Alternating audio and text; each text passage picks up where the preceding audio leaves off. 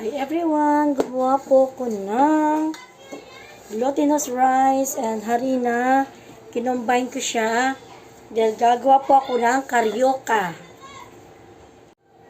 Yan, gumawa po ako ng bilog-bilog. Ito na po. Yan. Finished product. Product ng karyoka. Parang sauce ng fishball.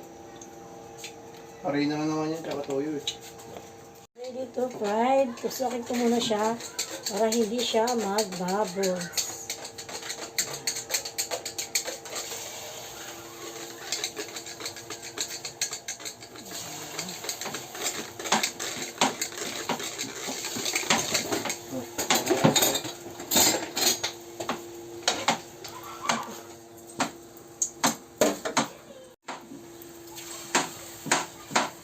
Stop na lang.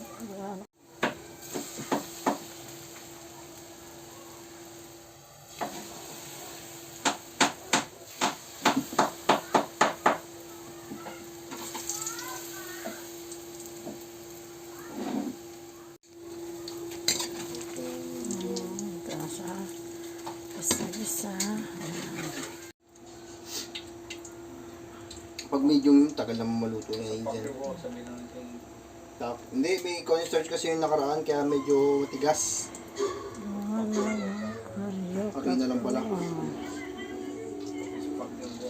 Iniiwan talaga naman. Yan, kabilang buhay.